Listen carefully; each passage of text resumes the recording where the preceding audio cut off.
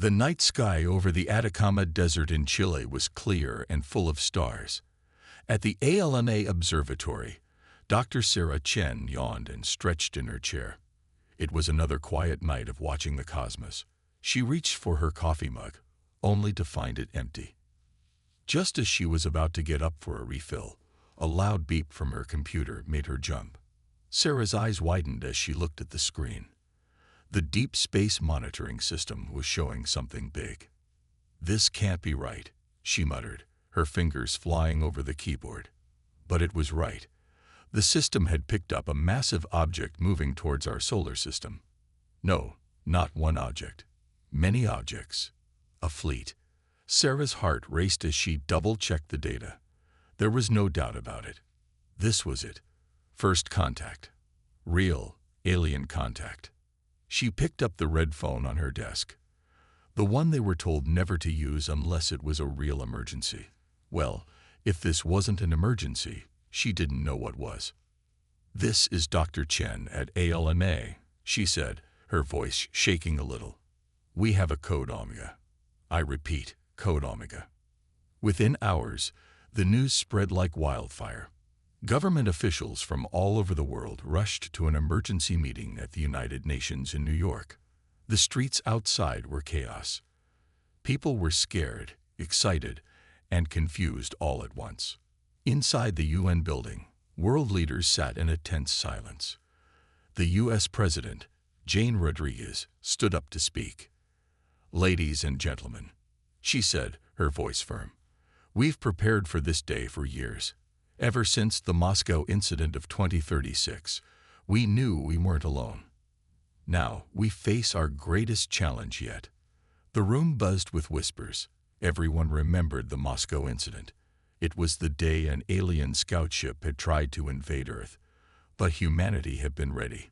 The aliens didn't know what hit them. President Rodriguez continued, "Dr. Chen, please show us what you found." Sarah stood up, her hands shaking a little as she pressed a button. A big screen lit up, showing a map of space. There, moving slowly but surely towards Earth, was a fleet of strange ships. "As you can see," Sarah explained, "the fleet is massive, much bigger than anything we've seen before. But," she paused, taking a deep breath, "our systems show that their technology isn't as advanced as ours." A murmur of surprise ran through the room. The Chinese president leaned forward. "Are you sure about this, Dr. Chen?" Sarah nodded. "Yes, sir. After the Moscow incident, we've made huge leaps in our tech. These aliens, they're not ready for what we can do." The room fell silent as everyone thought about what this meant. Then the Russian president spoke up. "So what do we do? Do we attack first, or wait?" President Rodriguez shook her head. "No, we wait. We let them make the first move. But we'll be ready." She turned to the military leaders in the room. "General Williams, is the Titan defense system ready?" The general nodded. "Yes, Madam President. All our orbital platforms are armed and ready. The moon base is on high alert. And Project Excalibur is ready to launch at your command." "Good," Rodriguez said. She looked around the room, her eyes sharp. "I know we're all scared. But remember, we've beaten them before. We can do it again." As the meeting went on, Sarah couldn't help but think about how much had changed. Just 10 years ago, the world had been divided. Countries fought over small things. But the Moscow incident changed everything.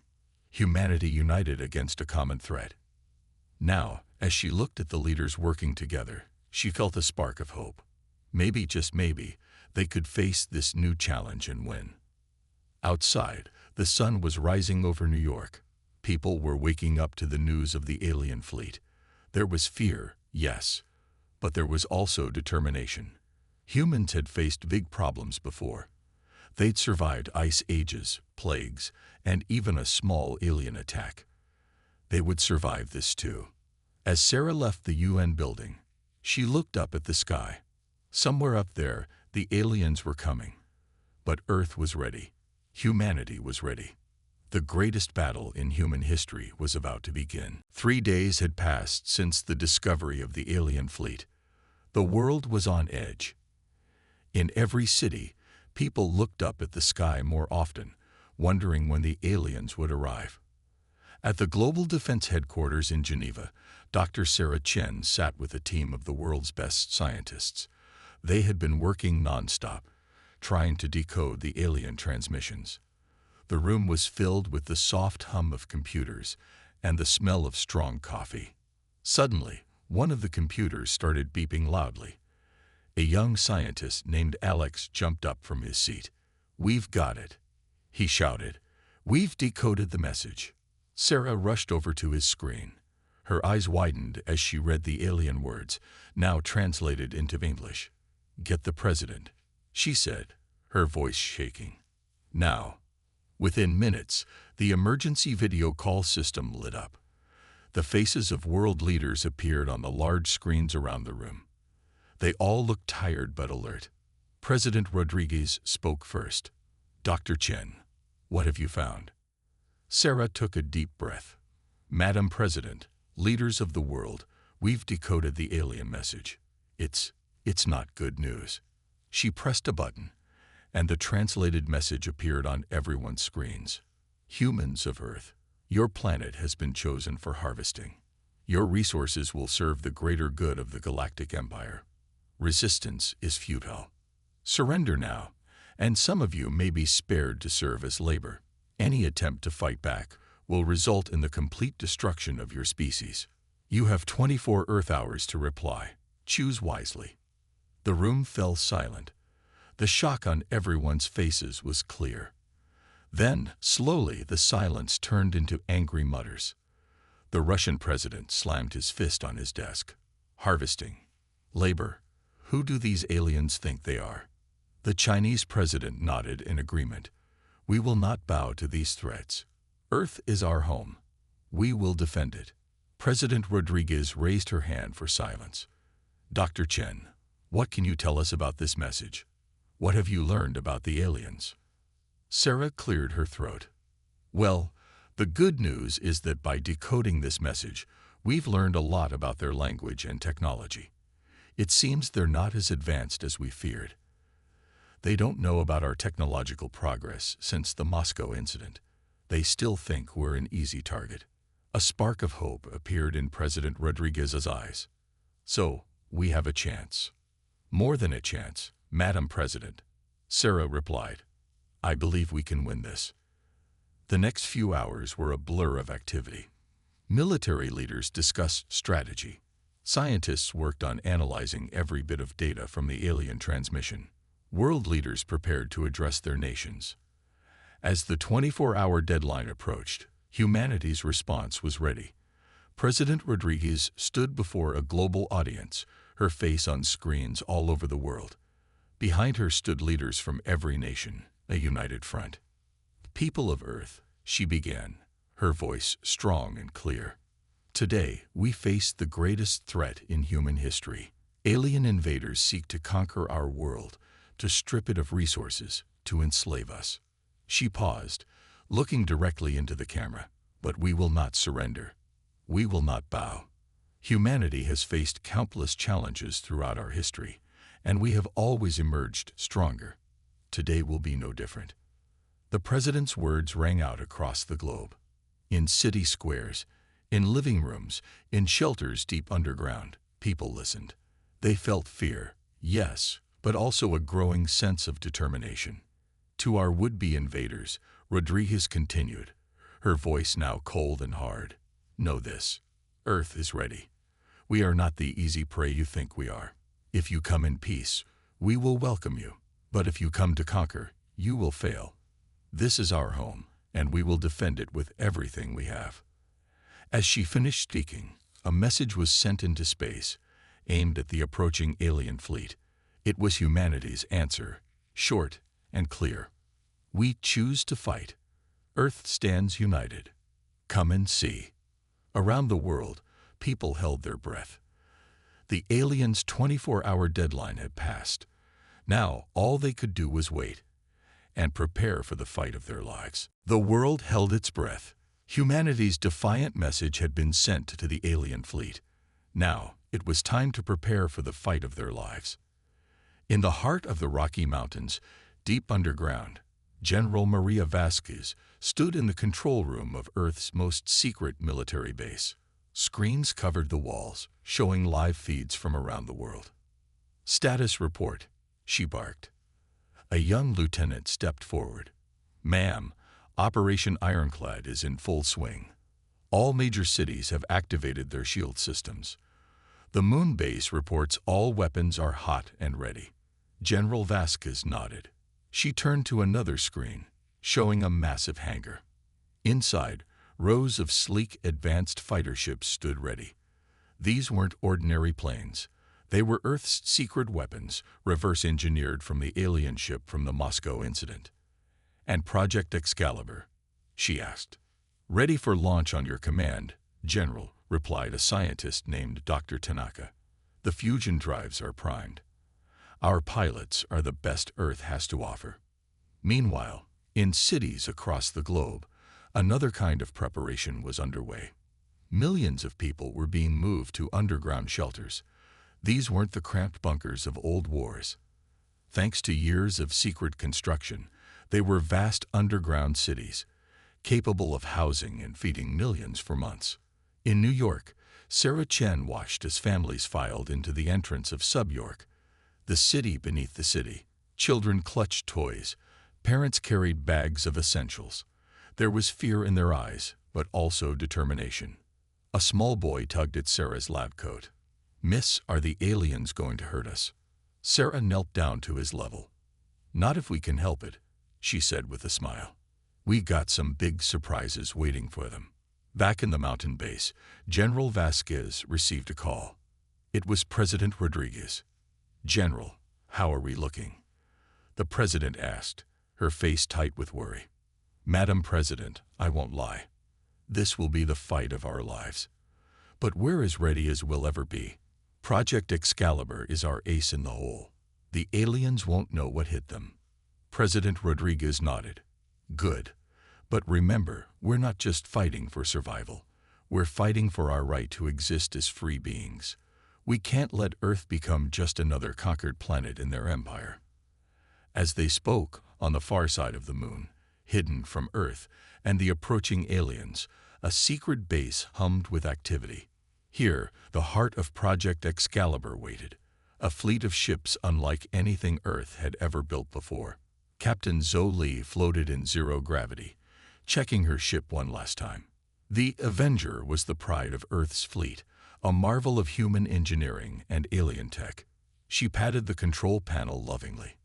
"Ready to show those aliens what humans can do, girl," she whispered to her ship. Across the globe, in labs and factories, scientists and engineers worked around the clock. They were improving weapons, strengthening defenses, and coming up with new strategies to fight the alien threat. In a lab in Tokyo, Dr. Tanaka made a breakthrough. He burst into a meeting room where world leaders were gathered via hologram. "We've done it," he shouted, his usual calm forgotten in his excitement. "We've cracked the alien shield technology. Our weapons will be 10 times more effective now." A cheer went up around the room. It was the first real good news since the alien message arrived. As the hour of confrontation drew near, humanity stood united as never before. Old enemies now worked side by side. Resources were shared. Knowledge was pooled. Earth was no longer a planet of divided nations, but a single, determined force. In Geneva, at the Global Defense Headquarters, Sarah Chen looked at a live feed from a deep space telescope. The alien fleet was now visible, a dark mass against the starry background. "They're almost here," she said softly. General Vasquez stepped up beside her. "Let them come," she said, her voice hard. "Earth is ready." As if in response, alarms began to blare. On every screen, in every base and shelter around the world, the same message flashed. "Alien fleet entering solar system. This is not a drill. Operation Ironclad is nanodoyu. Ake." Tive. The greatest battle in human history was about to begin. But for the first time since the aliens were detected, a feeling of hope spread through the people of Earth. They were ready. They were united. And they were not going down without a fight. The alien fleet entered the solar system with a burst of light that outshone the stars. On Earth, in underground bunkers and secret bases, screens lit up with urgent warnings. The moment everyone had been preparing for had finally arrived. In the control room of the lunar base, Captain Zobli strapped herself into the pilot's seat of her advanced fighter, the Avenger. Her heart raced, but her hands were steady on the controls. All pilots, report in, she commanded over the comm. One by one, her squadron responded. Each pilot's voice was tense but determined. They were Earth's first line of defense, and they knew it. Meanwhile, on Earth, in the Global Defense Headquarters, General Vasquez watched as the alien ships approached Mars. She turned to President Rodriguez, who stood beside her, face grim. "Madam President, they're bypassing our outer defenses," the general reported. "They don't seem to have detected our stealth satellites." President Rodriguez nodded. "Good. Let them come a little closer. We'll show them exactly what humanity is capable of." As the alien fleet passed Mars, Earth made its move. Hidden bases on Phobos and Deimos, Mars moons, suddenly came to life. Massive ion cannons emerged from the rocky surfaces, taking aim at the unsuspecting alien ships. General Vasquez gave the order. "Operation Thunderbolt is go. Fire at will." Beams of blinding energy shot out from the Martian moons, striking the alien fleet. The first volley caught the invaders completely by surprise. Several of their ships exploded in brilliant flashes of light. In the chaos that followed, Earth launched its next surprise. From behind the dark side of the moon, Captain Lee led her squadron into battle. The Avenger and its sister ships, products of reverse-engineered alien tech and human ingenuity, streaked towards the enemy fleet. "Remember your training," Zoe told her pilots. "Hit hard and fast. Don't let them regroup." The Earth fighters weaved through the alien formation with impossible speed and agility. Their weapons, enhanced by Dr. Tanaka's breakthrough, tore through the alien shields like they were paper. Back on Earth, in the underground city of Sub-York, Dr. Sarah Chen watched the battle unfold on giant screens. The crowds around her cheered with each alien ship destroyed. But Sarah knew the fight was far from over. In space, the alien fleet was recovering from its initial shock. They began to return fire, their energy weapons lighting up the void. Some Earth fighters exploded, their pilots' sacrifice noted with grim determination by their comrades. Captain Lee gritted her teeth as she narrowly avoided a blast. "They're adapting to our tactics," she reported. "We need to change it up." General Vasquez's voice came over the comm. "Understood, Captain. Initiate Delta maneuver." Zoe smiled. This was what they had trained for.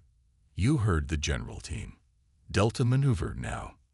The Earth fighters suddenly split into 3 groups. 2 groups continued their frontal assault, while the third looped around to attack from behind. The alien ships, caught in the crossfire, began to fall in greater numbers. But the aliens were not defeated yet.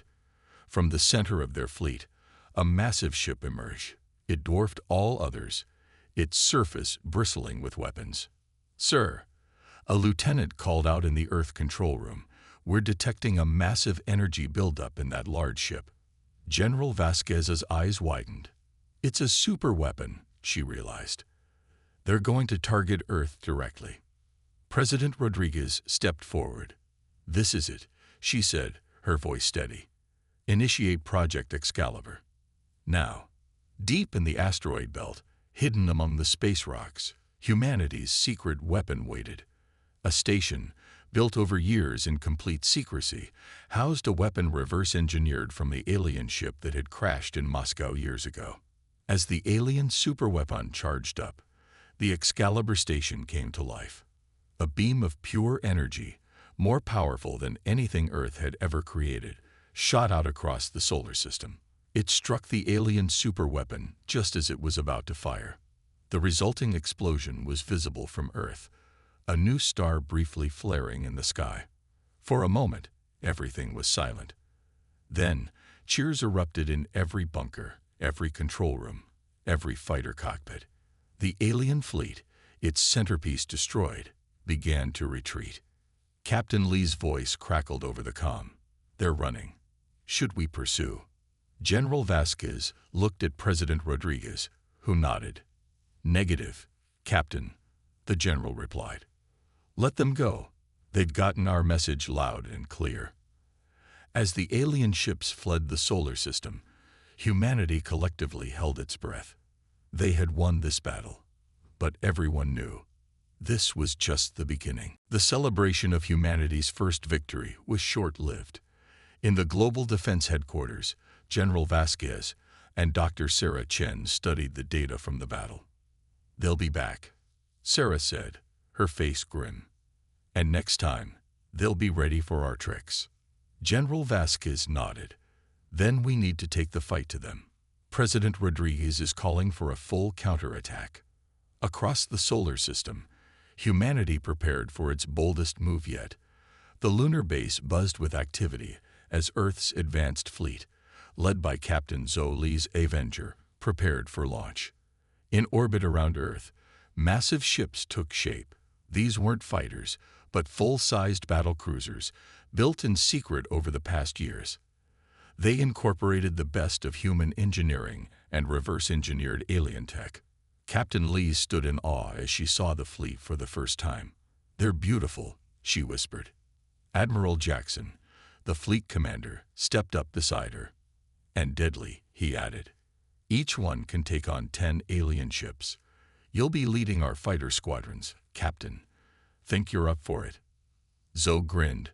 "Born ready, sir." As Earth's fleet prepared, Dr. Tanaka made another breakthrough. He burst into the command center, waving a tablet. "We've cracked their FTL drive," he exclaimed. "We can follow them anywhere in the galaxy now." The news spread like wildfire. Humanity wouldn't just defend Earth. They would take the fight to the aliens' home turf. President Rodriguez addressed the world one last time before the launch. Her face was on screens in every shelter, every home still above ground. "People of Earth," she began, "today we strike back. Our brave men and women will carry the fight to the stars, to ensure that no alien force ever threatens our world again.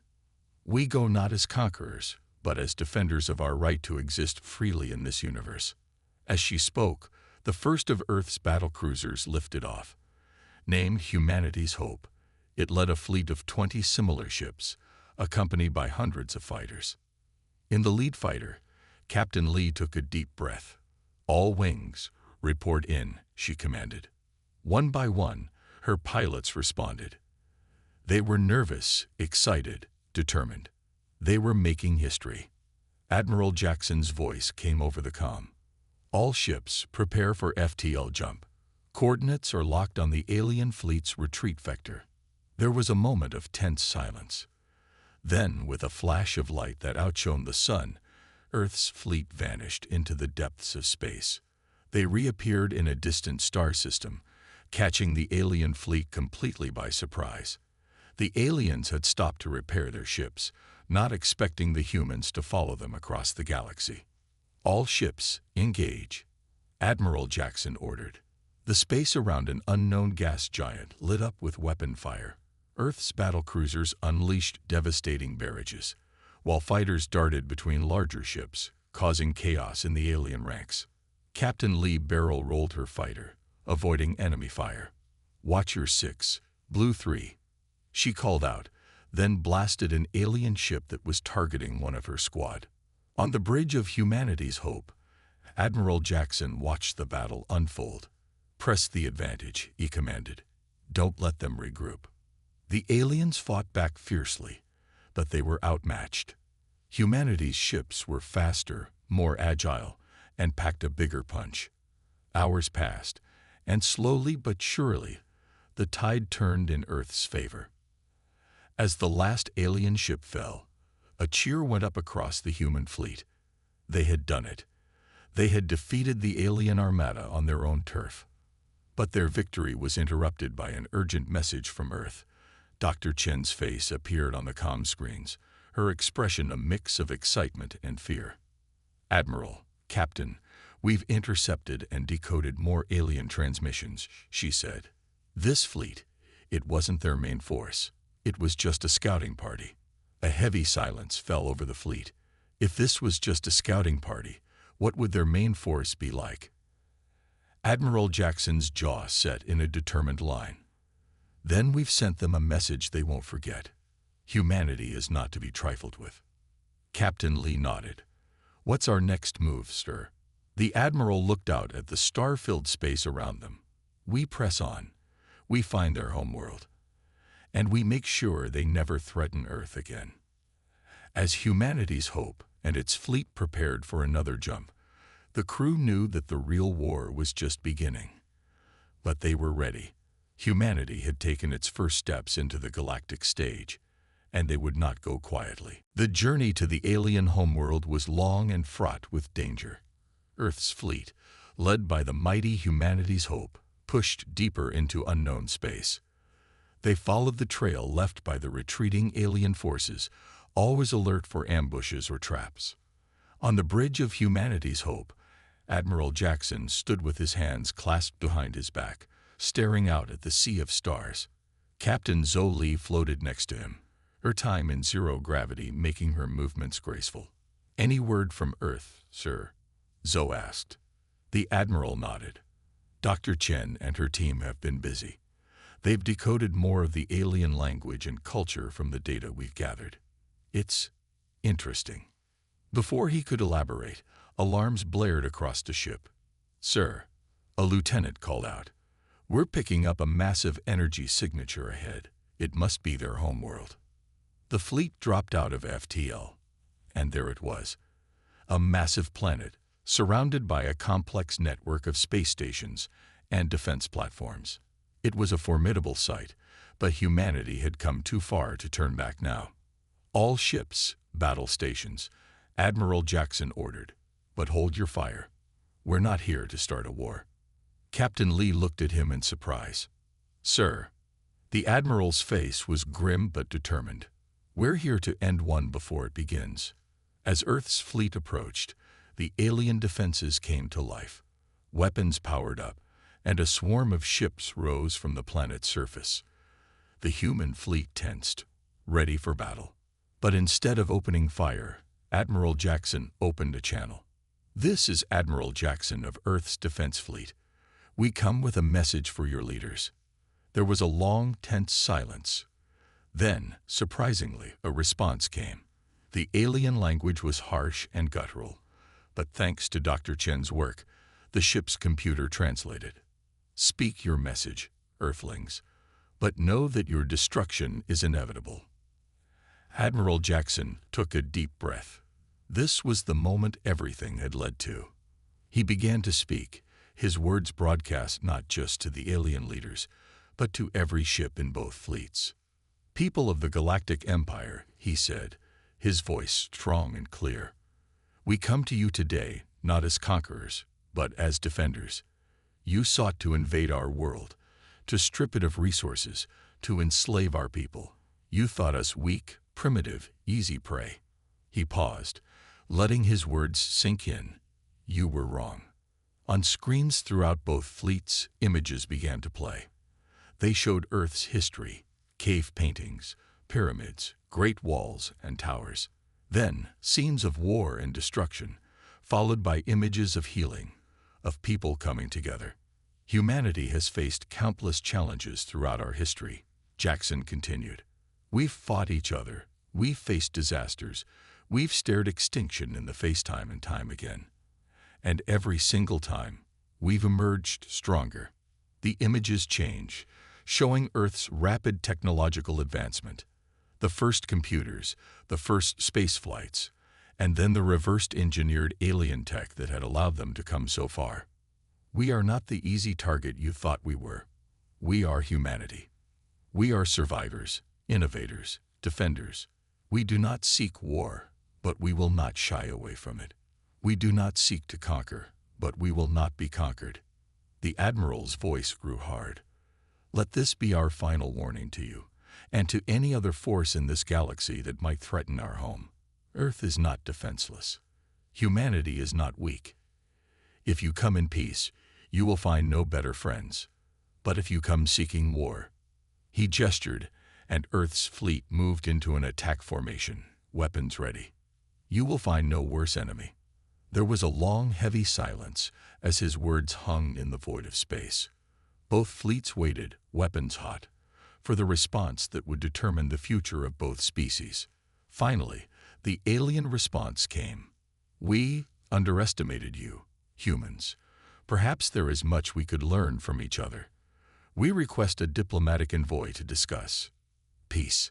A cheer went up across the human fleet. Captain Lee turned to Admiral Jackson, a broad smile on her face.